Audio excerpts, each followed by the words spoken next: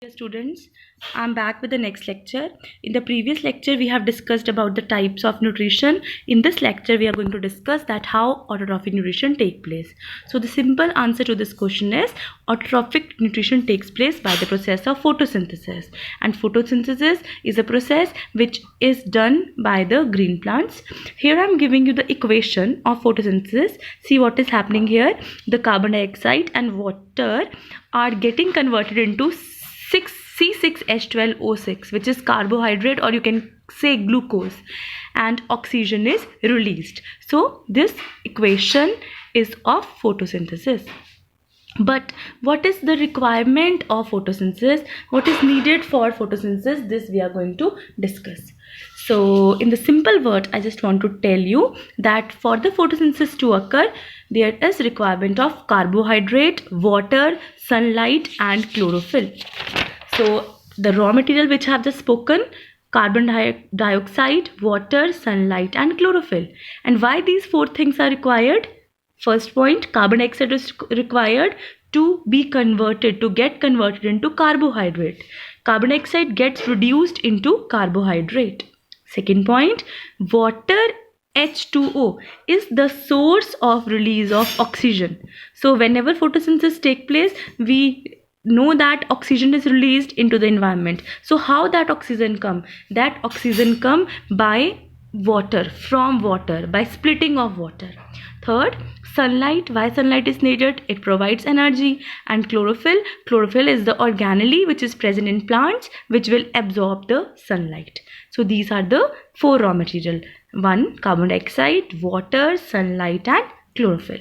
So this raw material type of question can come in 2 marks in board exams.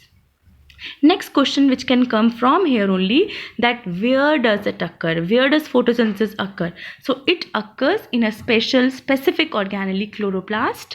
And why it occurs here? Because it has a special pigment, chlorophyll, which is used to absorb the sunlight. That's it.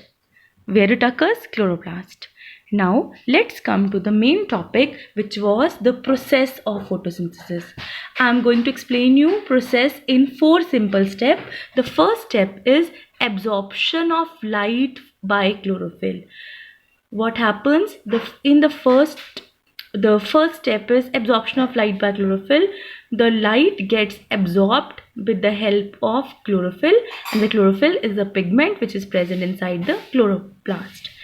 Once the light has been absorbed by the green plants, it gets converted into chemical energy, and this energy will be helpful in the next step. What is the next step? Splitting of water into hydrogen and oxygen. Hydrogen and oxygen, H2O.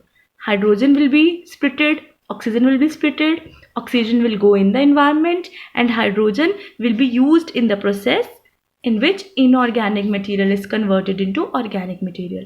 This terminology is very important, that in the photosynthesis, inorganic material gets converted into organic material. And the last step is the carbon dioxide gets reduced into carbohydrates. So the final result, the final thing which was required, which was needed, was the production of carbohydrate, production of sugar, production of glucose. So in the fourth step, what is happening? Reduction of carbon dioxide into carbohydrate is occurring.